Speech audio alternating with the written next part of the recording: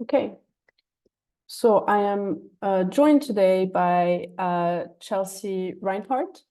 So Chelsea works with Better Cotton. She's Director of Standard and Assurance. As Director of Standard Assurance at Better Cotton, Chelsea oversees the development and the Better Cotton farm level standards. She also oversees the assurance and verification system that ensures all licensed Better Cotton farmers comply with the standard. Prior to Better Cotton, Chelsea was Deputy Director of Standards at Global Reporting Initiative. And before that, she led the supply chain assurance team for the Marine Stewardship Council. I'm also joined by Stefan Horman. Stefan works is Chief Operation Officer at Fair Rubber. He's the Executive Director of the Environmental Foundation for the Global Nature Fund and COO of the Fair Rubber Association, which he joined in 2021. He has initiated and coordinated various multi-stakeholder initiatives, such as the European Business and Biodiversity Campaign and the Food for Biodiversity Association. He is currently in charge of the Fair Rubber Association, which has over 30 members, and the focus is the fair trade of natural rubber. This includes NGOs and companies who are using fairly produced rubber in their products, including footwear, elastic bands, bicycle tires, and condoms. Stefan holds a master in political and administrative science. He is based in Bonn, Germany. Just a little quick introduction on the kind of projects we've worked at Ksapa to sort of connect the dots of why we're hosting this session and what brings us to the OECD Garment and Footwear Forum. So smallholders account for 99% of the world's cotton production across 70 countries and 85% of the global production of natural rubber. Yet cotton and natural rubber are critical raw materials for the garment industry. Cotton is a primary fabric. Natural rubber is essential for the components like elastic bands and garments. However, fragmented smallholder agricultural commodity production presents several challenges. Firstly, the small-scale individual farms are often lead to inefficient production practices and limited access to modern technologies. Smallholders may lack resources, mechanizations, irrigation, and quality input affecting overall productivity and yield consistency. Secondly, the fragmentation of land and operation makes it difficult to achieve economies of scale. This limits bargaining powers in the market, making it challenging for smallholders to negotiate fair price for their produce. Additionally, it hampers collective action, hindering the adoption of sustainable practices and certifications that are becoming increasingly important in the global markets. Furthermore, inadequacy of infrastructure, including roads, storage facilities, and market linkages, can lead to post-harvest losses and difficulty in reaching distant markets. Smallholders often face financial constraints, limited access to credit, and lack of knowledge in financial management, making it challenging to invest in their farms and improve their productivity. Lastly, climate change has exacerbated these challenges, causing unpredictable weather patterns and extreme events that can devastate crops. Smallholders struggle to adapt changing conditions due to the limited resources and lack of technical expertise. Addressing these issues require comprehensive policies and policies that support smallholders through training and access to finance, improved infrastructure, and market linkages to enhance their resilience and productivity in the sector. Which leads us to our discussion today. So at Ksapa, we have to address these challenges, we have worked on several projects, including this program called the Cascade program, where we work with smallholder farmers in the rubber supply chain to enhance and build their capacity. We work with local buyers and rubber smallholders farmers. We work with NGOs on the ground, and so we work with various public and private partners through our Suti initiative, particularly in Indonesia and Sri Lanka, to address several issues. So first, it's to build a core group of 2 to 3 players as a stepping stone. Around this core group, we structure coalitions around the public players, funders, international and local players. We try to deliver clarity on the key goals and transparency that underpin the methodologies to build trust between the players. We strive to also balance out the operational solutions with the local expectations. So as such, what we're trying to do is really, I mean, this will be discussed further with Chelsea and Stefan, but it's about having fair cotton and fair rubber, but ultimately it's about improving the livelihoods of the farmers. So, which is a good segue for me to pass on the discussion to Chelsea and maybe respond to our first question as to why rubber and the cotton supply chain are so fragmented.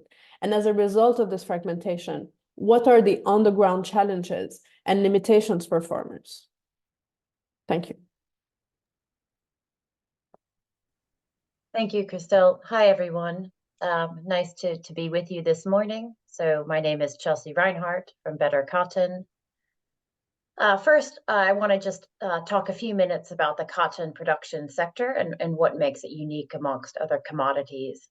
So as Christelle mentioned, more than 90% of cotton producers remain today smallholder family farmers.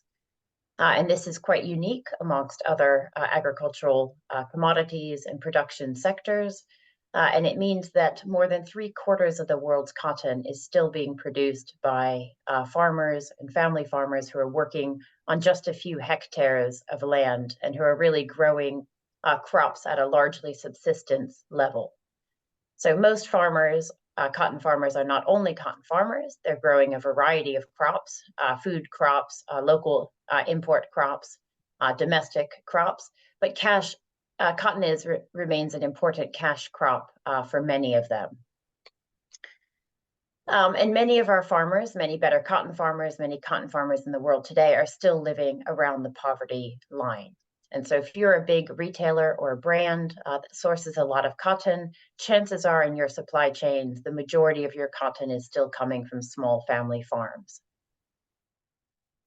A few years ago, we did some direct outreach and field-based research with cotton farmers in India. And one of the things that we learned is that the majority of cotton farmers were actually looking to do less farming in the future. And they really wanted to see their children's generation move out of cotton farming to the degree possible. And what we heard from them is that the benefits that they've achieved of having better access to training and capacity strengthening and information in order to grow a more sustainable and healthy crop, that they saw those benefits were already being undermined by changes in climatic conditions and pest pressure. And 87% of those farmers were already feeling day to day the effects of climate change on their crops and on their production. And that just makes the work even harder because the benefits that we're achieving are working against basically the trends in the industry. So next slide, please.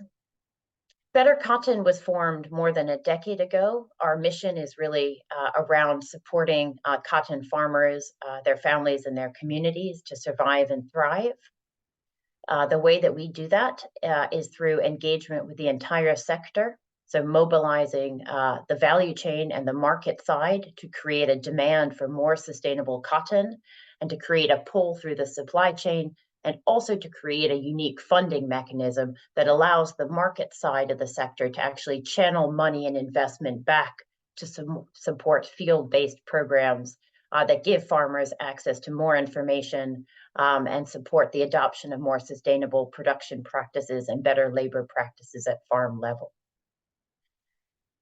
We now work in more than 15 countries around the world. The majority of our farmers remain smallholder farmers, but we do run programs either directly or through benchmark partners in some of the large farm mechanized countries, including the US, Australia, and Brazil.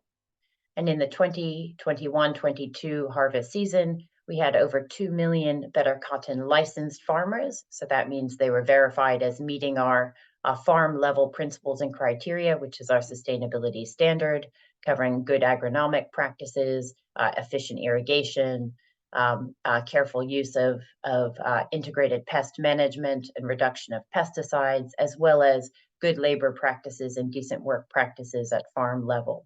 And altogether, that was more than a fifth of the world's cotton production that was licensed as Better Cotton. Next slide, Crystal. And in terms of really trying to work on a multi-stakeholder platform, as I mentioned before, we do work with the market side to create funding back to support the farm level side. So when brands and retailers source Better Cotton, they pay a small volume-based fee off the amount of cotton that's being sourced to meet their sustainability commitments or targets. And that money goes into a dedicated fund that's managed by Better Cotton, and it goes back to pay for field level programs around farmer training, demonstration plots, access to improved inputs and farming activities. In addition, we are fundamentally a membership organization. So although we run a sustainability standard and assurance program, we are built as a membership organization, and even our board level governance is actually elected out of that membership. And that means that the priorities of Better Cotton as an organization, the standards we set, and the programs that we run are really dictated by the needs and the priorities of the cotton sector as represented across the value chain, from producer organizations to traders, all the way through to brands and retailers at the other end of the chain. And here are just a few examples of country level programs. New country startup, engagement with governments and civil societies in various countries where we are working. And with that, I'll hand it back over to you, Christelle, and I think we'll come back to the other questions later in the presentation. Thank you very much, Chelsea. Stefan, if you can also address the same question from the rubber end. Yeah, thank you. Thanks. Yeah, I'll do a brief introduction to the Fair Rubber Association, so we can go to the next slide. As Crystal already mentioned, so we have a strong focus as Fair Rubber Association on the primary producers, which means in the field of natural rubber, it's the tappers and smallholders. We try to improve the working living conditions, and as we are a standard as well, we also try to promote environmentally friendly production of rubber. When you go to the next slide, you see that there are at the moment around 35 commercial and non-commercial members in the Fair Rubber Association, which have a great variety. We have the top-selling condom brand Durex, as well as smaller companies such as footwear companies, flip-flop producers such as slippers, for example. In total, about 4 companies from the garment and footwear sector, so there's room for more. And furthermore, there are processors, traders, rubber trade organizations members. This is the commercial part, and then we have also the non-commercial part, which in the end are NGOs from the field of the environment, as well as social and human rights, and even some individuals with a scientific background, for example, are the members. And this blend of members helps us to ensure the legitimate interests of commercial members, as well, of course, as guarding for social and environmental issues, and promoting fair and sustainable rubber trade in the end. So when we go now to the question about the fragmentation, so the next slide, please. This is even, the graphic is even, let's say, simplified, but as you know from other commodities, It's a long value chain and sometimes not very clear about transparency and traceability, which is a challenge, in particularly for the companies which might have to trace back for regulatory reason or just for their own CSR commitments. When you look at the rubber supply chain at the beginning, there is the tapper and the smallholders. These people, about 6 million of them, get up early in the morning, usually at 3 a.m., starting to tap the trees. Then they collect the latex, they bring it to a collection station where there's a trader, a collector, a dealer, and these guys then will sell it to the companies which are processing and manufacturing the rubber. And in the end, you have a variety of products. Still, about more than 70% of the natural rubber goes into the automotive industry, tires and non-tire automotive parts. But we have, of course, also other industries such as textiles and footwear sectors, where we have shoe soles, expandable clothing, elastic ribbons, belts, and so on. And apart from that, of course, there are some challenges involved in that rubber supply chain, which means that it's a diverse geographical location of tapping, processing, and production.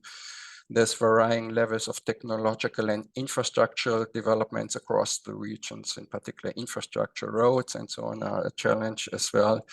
And of course, there's a lot of stakeholders somehow in that rubber orbit, starting from, in some cases, unions and cooperatives, up to research institutes, which might help also the farmers to become more sustainable and support them.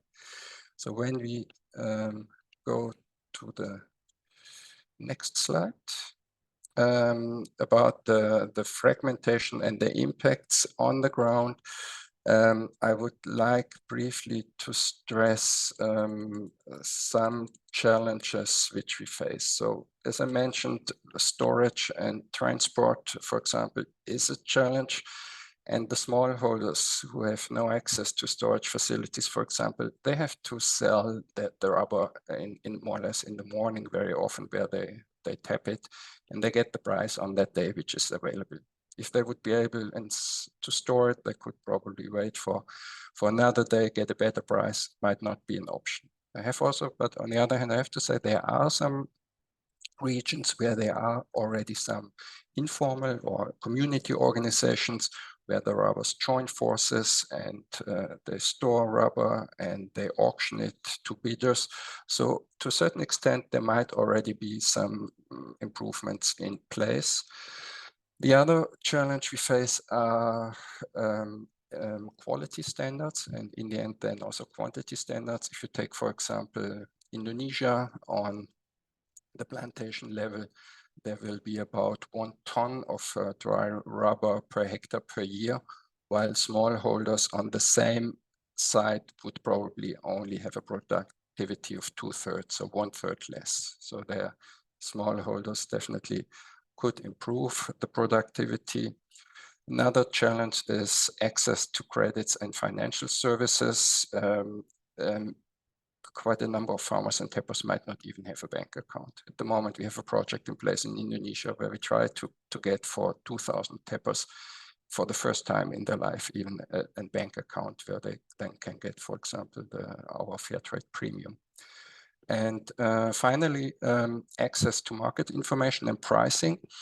We asked about 1,000 farmers in Thailand what they would need when we would provide an app to them. And they clearly stated, we would like to have on that app information about prices and market prices. And that was the priority, and other information, such as information about sustainable farming practices, for example, are considered important, but they say it should be in combination with this very essential information, which they need to have, in the end, a better bargaining power against the dealers.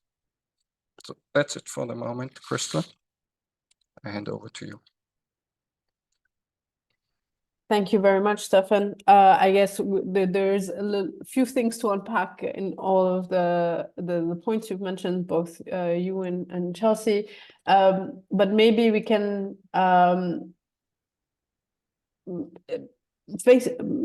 we presented sort of the challenges that are faced by by farmers and smallholders, and it would be important to note, which is really the topic of the session, to see why then we need multi-stakeholder coalitions to address these challenges. Why? I mean, clearly for the companies and the finance, and then like why do we need this multi-stakeholder initiative and coordination to address these challenges?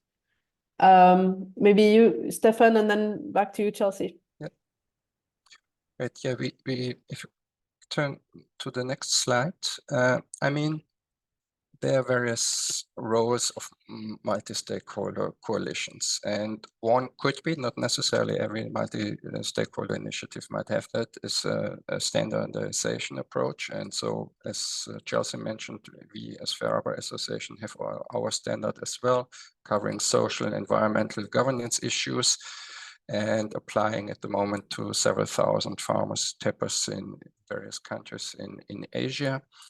And what in my understanding is core still, I mean, we can request and in the end, to a certain extent, definitely support smallholders in sustainable practices and so on. It needs to be underpinned by a fair price. Otherwise, it will only work to a limited extent. And if you go to the next slide, the Fair Harbor Association, for example, asks its company members to pay about a 50 euro per kilo of dry rubber on top of the market price. That's depending on the world market price, on the region, that could actually top on the income of a farmer up to double the income. But in the end, we leave it up to the smallholders to decide how to use the premium. So some use it for community projects, everybody benefiting. Some use it as a top-on. So in that role, we are not interfering. So that's left more or less to the smallholders and the tappers in the region, who usually know much better what is needed in there. Then the other, if we go to the next, some products which, for example, you could get, and the brands usually pay then that fair trade premium. If we go to the next slide, key role of multi-stakeholder initiatives should be to coordinate and promote the collaboration. And in that respect, I think key is building trust, because we have to be aware that very often, let's say, a company representative in Europe or the US might have no insight in what's going on the ground when there's, for example, the tapping of the natural rubber. And the multi-stakeholder coalitions can bring these various stakeholders together. So the photo which you see, for example, these are tappers in Indonesia. And they told us for the first time in their life they got a visit from a buyer in Europe. So we have here buyers, dealers all together, showing their commitment, trying to improve for the future the value chain in the end. So this understanding and trust building is core of any multi-stakeholder initiatives which you might need. And then when we go to the next slide, the multi-stakeholder initiatives play an important role, and that's why we need them in sharing information and also in promoting tools which might be needed across various regions for an entire sector. And in the rubber sector at the moment, the core driver for this sharing information is the EU regulation on deforestation-free supply chain. Because companies importing rubber to Europe are requested to prove that the rubber does not come from deforested area. And that is a challenge to trace back at the farm level, to get geolocation data and proof of land legality. And in order to do so, for example, in our case, a standard can, of course, and the multi-stakeholder initiative can, of course, provide access to the farmers. We know where the farmers are. We might not have all the geolocation data, and we might not have the system in place which the EU requests, but it's a good start. And that's one of the key drivers also for companies also to get engaged. What we need to state here as well is that, for example, in that regulation, the EU has set quite a challenge to smallholders, because for companies it might be much easier to get all this data from one big plantation. We have also plantations in the rubber farming, instead of asking about, let's say, 2,000 farmers about the data. So there is a risk when you set up this type of regulations. And here definitely the exchange between smallholder groups, buyers, and the regulators is very important to find solutions that in the end smallholders might not drop out of the supply chain. And then my final slide, which Chelsea mentioned as well, is capacity building and training, which can be done much better if we have various stakeholders involved. Chelsea mentioned the challenge of climate change in the cotton sector. We face a similar problem in the rubber sector, and that's this leaf which you see on the slide. It's a fungus. And that fungus is causing at the moment quite some trouble, because it has spread over the past years and reduced the latex yield about 20 to 30% in almost all growing regions.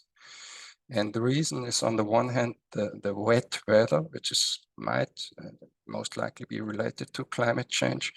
And there's very other reasons, like also the rubber tree monocultures. So what we are doing here, with the support also of our members, is to promote smallholder rubber agroforestry systems, where you also plant other species and varieties to make the entire plantation of the smallholders more robust against these diseases and to avoid the infections.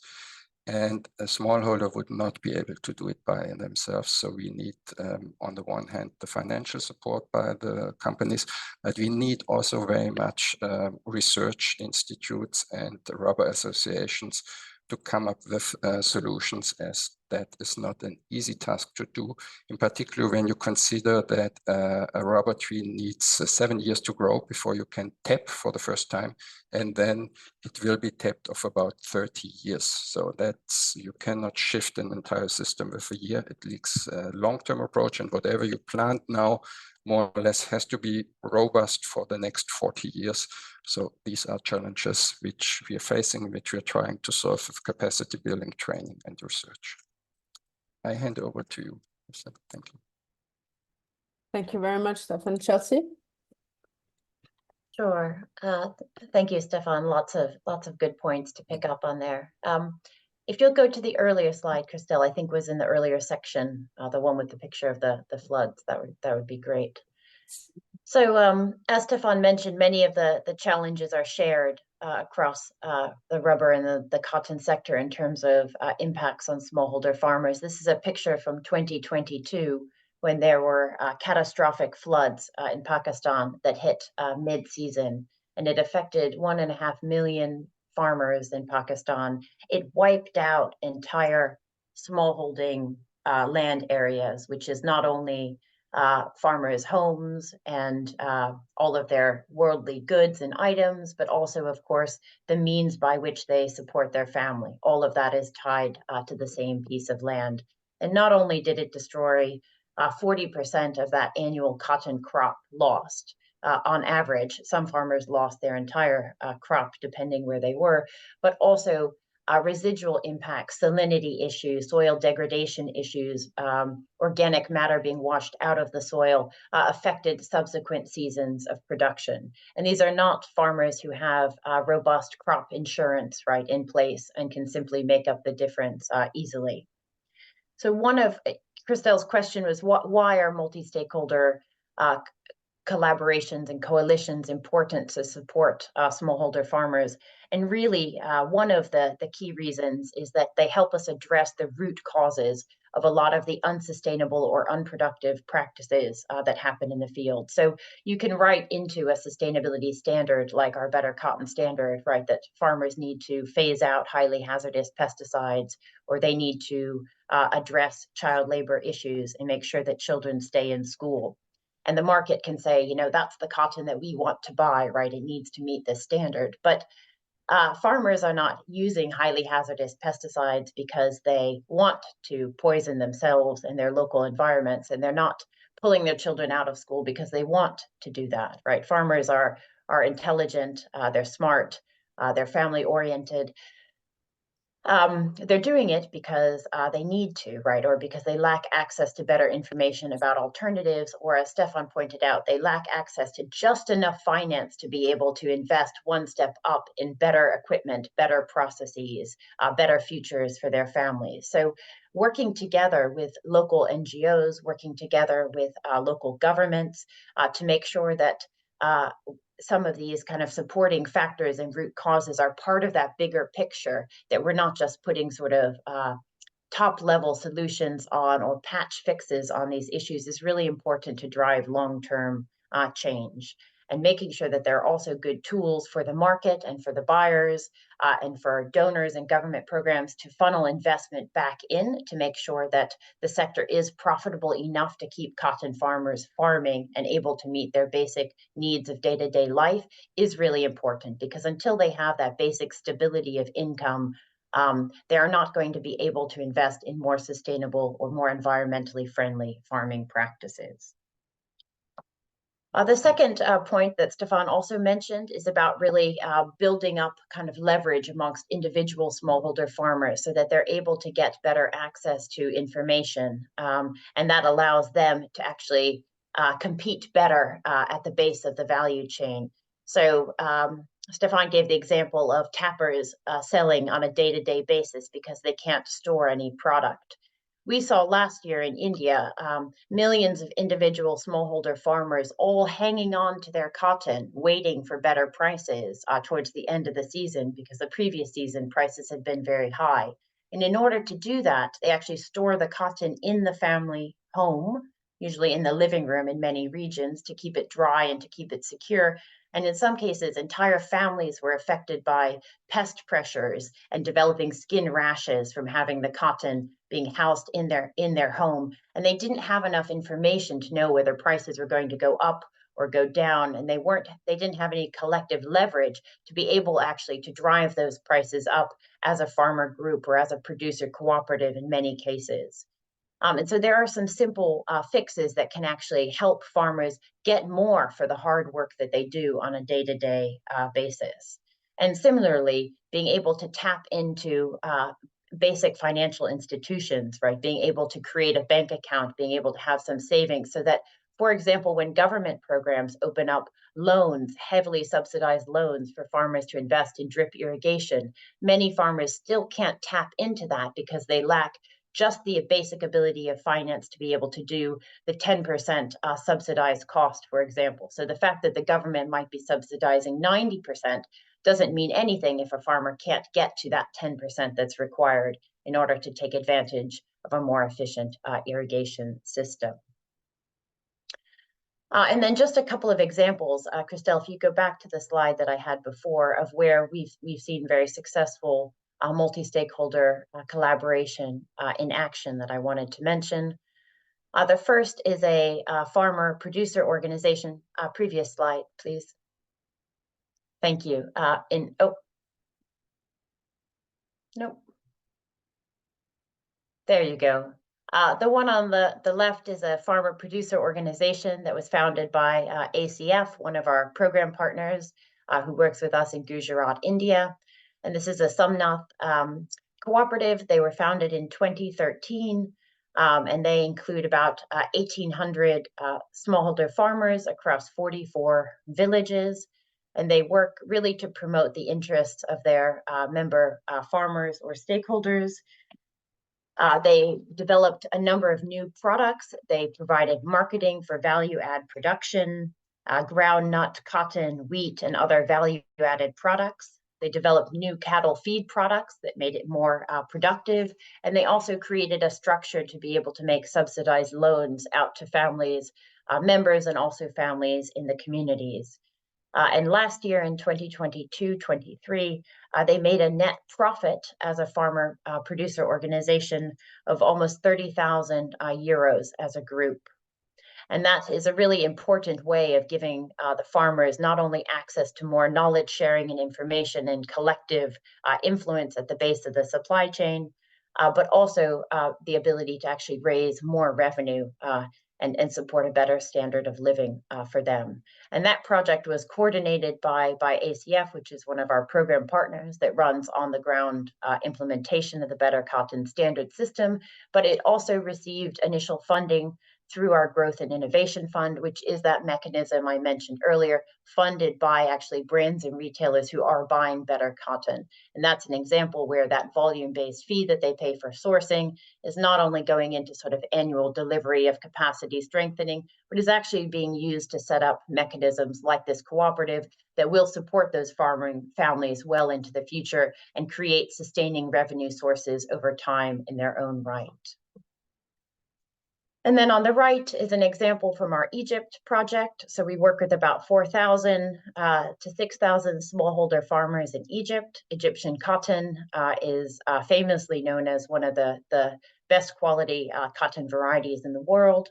And it's no accident. Actually, the Egyptian government and the Cotton Research Institute put quite a lot of time and effort into seed development and research.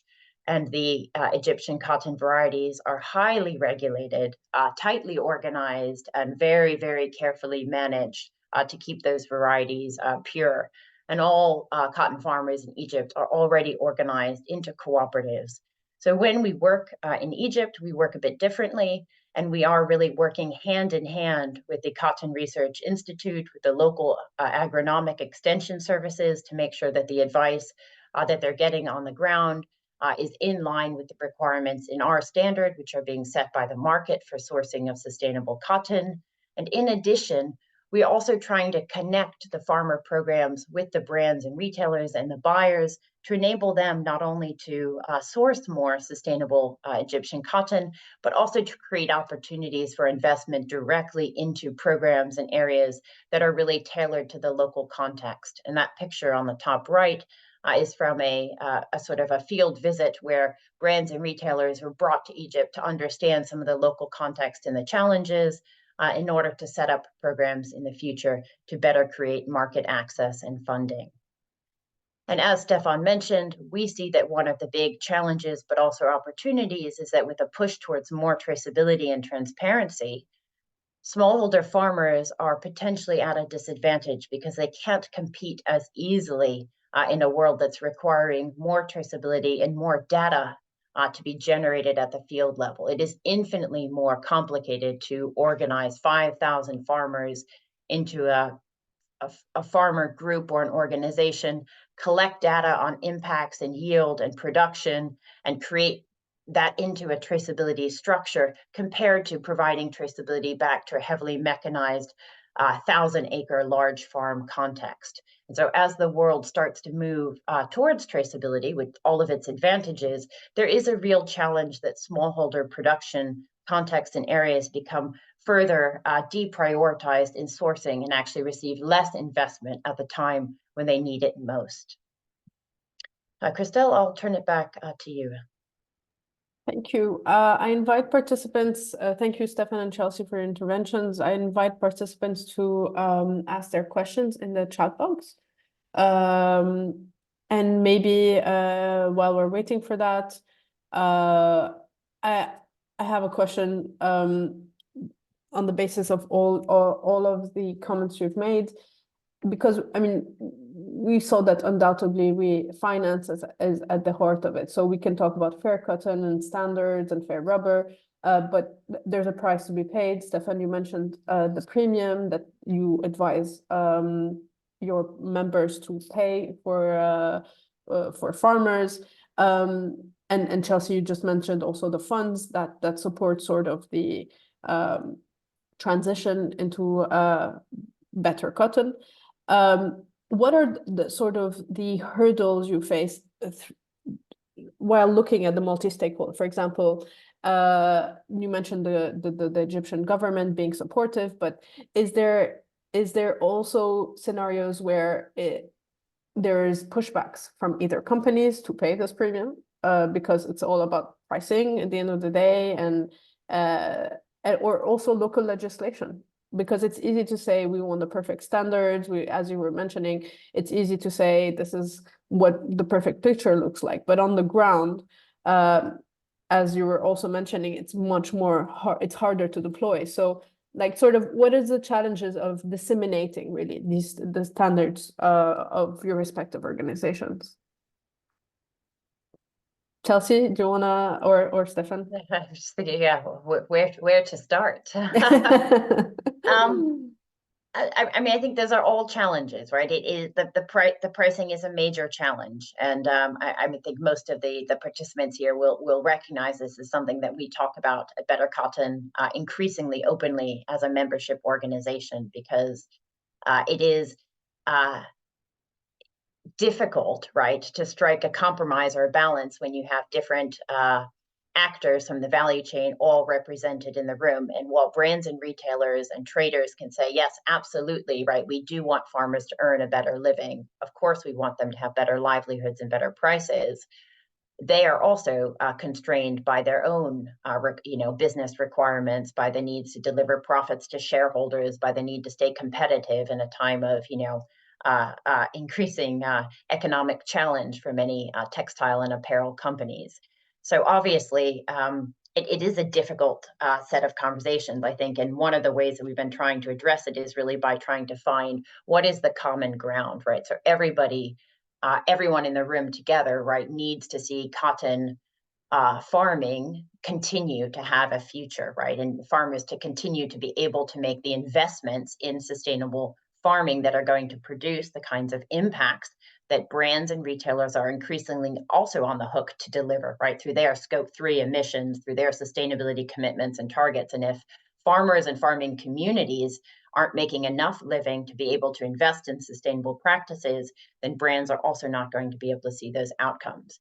And one of the things that we're looking at developing now that we've just launched last year is what we're calling an impact marketplace, which is about allowing smallholder farmers in particular to be able to better measure and report on the sustainability progress they are making for carbon credits, for emissions reductions, and be able to monetize that or tie that into investment in products in the market beyond just brand and retailer finance, and to create additional revenue sources back to farmers. And that will help lift the whole base of the production sector, as well as providing down the road the ability for brands and retailers, for example, to look at their Scope 3 emissions through their investment in better cotton farming systems.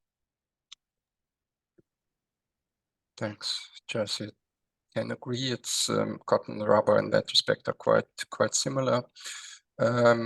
In terms of, let's say, the support for the smallholders, not even the smallholders, the plantation, it's obviously in the interest of the industry also to have a fair price. I visited in the past 2 years 11 of our supplier groups on plantations as well as smallholders, and there was not even one which said that they would like to expand the rubber production. They are all, because of the low price, in our case, intend to switch to other commodities, which might be oil palm or durian or whatever. So there, we need to consider these developments and find ways to support the farmers. So we have our fair trade premium. There might be other ways. We are not at the stage at the moment, for example, that we can pay the farmers for the ecosystem services provided. Might be in the long term, might need also governmental interventions. But on the other hand, we need also short-term support, and there, to a certain extent, we need the commitment of the companies and in the end of the consumers. We see, when you ask about the commitment of the private sector, we see, of course, a difference when you have products, garment and footwear, for example, where, let's say, the rubber content might be low. There's a higher engagement in providing finances to the farmers, while, for example, the automotive, the tire industry at the moment is hesitating, even though the premium would be for per car probably only €6. There's an hesitation to provide financial input, and that's a pity. And it's an ethical question. It's a question of sustaining the supply chain and so on. So in these discussions we need to have in the multi-stakeholder initiatives. I know there are antitrust laws and other issues which might prevent you from discussing that, but we need to find ways to do it. Otherwise, we might face quite some challenges in the near future, at least in terms of the rubber sector. And I understand cotton is quite similar. Thank you. We have a couple of questions. The first one from Carol is, do you have a full traceability of the raw material for both rubber and cotton? Based on her understanding, Better Cotton has a mass balance approach.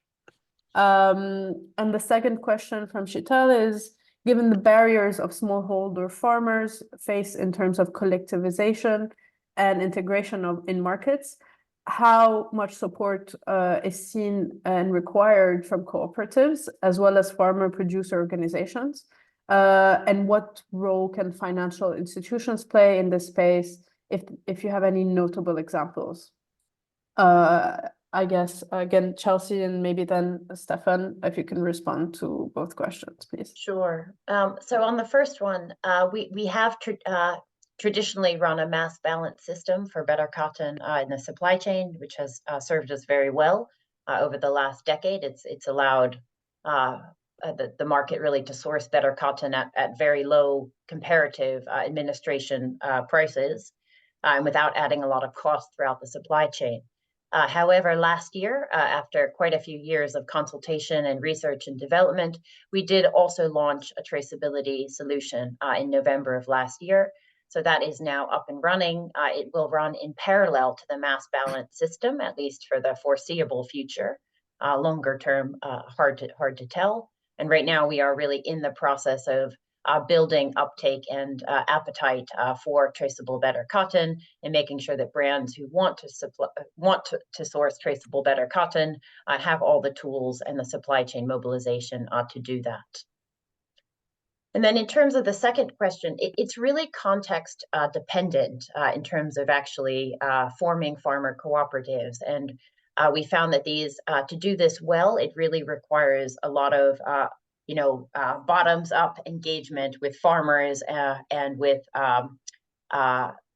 local organizations or NGOs or our program partners who are working on the ground with farmers.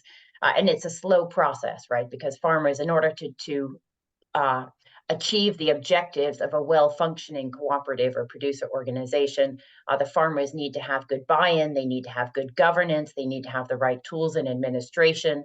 So although there's a lot of support and kind of lessons learned and case study examples and upskilling that can be provided to facilitate that process, I think one thing we've also learned is that it can't be rushed, it can't be forced, and it can't be top down, because if you set up a cooperative or a producer organization without going through that kind of engagement and consensus building exercise, you could actually do more damage than good.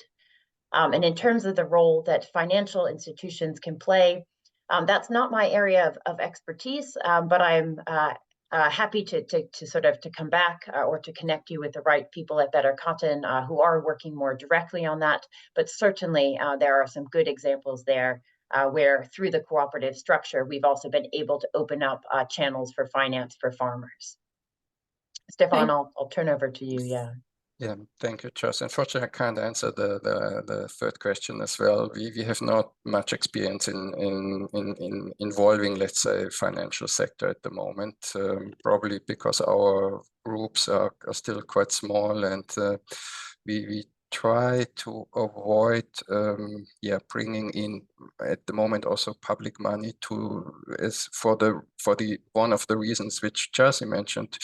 It's a requirement of the Fair Rubber Standard is that when you're smallholders that you set up a cooperative, or if you're a worker on the plantation, you have a joint body. But these groups really need to be formed, and it needs a lot of training and capacity building for them to get to know this type of cooperatives, and that includes also financial management. So at the moment, we prefer rather to start at a manageable, a low level, but definitely there might be room for external financial support, either from the private sector or governmental, which, as Chelsea mentioned, needs to be considered in a context base. And about the mass balance system, indeed, we also have a mass balance system at Fair Rubber. Rubber is, there's not much difference in, let's say, like coffee or so, in quality and taste and so on. In the end, it's rubber. But we are looking into the traceability issue, of course, and to a certain extent, some of our members are doing that as well now, because in particular with the European legislation on the deforestation-free supply chain, you have to go more or less into segregation. So that's something that needs to be considered. But on the other hand, we really like to keep the entire system as efficient and low administrative cost as possible, so that this, in our case, this 50 cent euros which we charge as a premium goes to 100% without any deduction to the smallholders. And so that's, let's say, the core and the heart of the Fair Rubber system, that we come from the fair trade system 10 years ago. And so we have always to find the balance between more and additional costs for traceability, for administration, on the other hand, to be able to transfer as much money to the smallholders, those in need, as possible. Thank you very much. And I guess to build from our experience at Ksapa, to build on both your comments. So at Ksapa, we engage with smallholder farmers via an app. So it's a low-tech app. And from our experience, as you mentioned, engagement takes time, and we've seen that as well. It takes time. It also, the element of trust is very important. So it's important also to emphasize the importance of the bottom-up approach, as you were saying, Chelsea, the importance of communicating in the local language, the importance of maintaining this capacity building throughout the whole year, really, because it's important not to say, we came in for a training and then we just disappeared for the rest of the year. It's important to keep this trust ongoing through local partners as well, as you were mentioning. But yeah, it's important to mention that. I guess to end on a final question from the participants, in addressing the evident market volatility of cotton, what strategies do you envisage for uniting stakeholders to guarantee economic viability for smallholder farmers? Sure. I mean, I guess, so this looks like a range of different techniques rather than one kind of silver bullet. So some of it is around diversification of incomes. And we are, in our new standard that launches this year, we actually have a new principal area, which is covering livelihood support. And part of that is about looking at other ways to diversify income streams so that it's not all one crop. And in fact, it may not be all cropping. And the second is really, as I was mentioning earlier, about making sure that farmers that are making sustainability improvements and are measuring these are being able to access then market demand for impact, really, and being able to tap into markets that are emerging or existing for carbon credits, for payment for ecosystem services. So things that are already existing more for large farms. We're trying to create the kind of scale to be able to allow smallholder farmers to also measure and record and participate in benefits for the improvements that they're making, which ultimately, right, are rewarding that entire value chain as well. Thank you very much. Thank you, Chelsea. Thank you, Stefan, for taking the time to share your insights with us. Thank you for the participants for taking the time to join.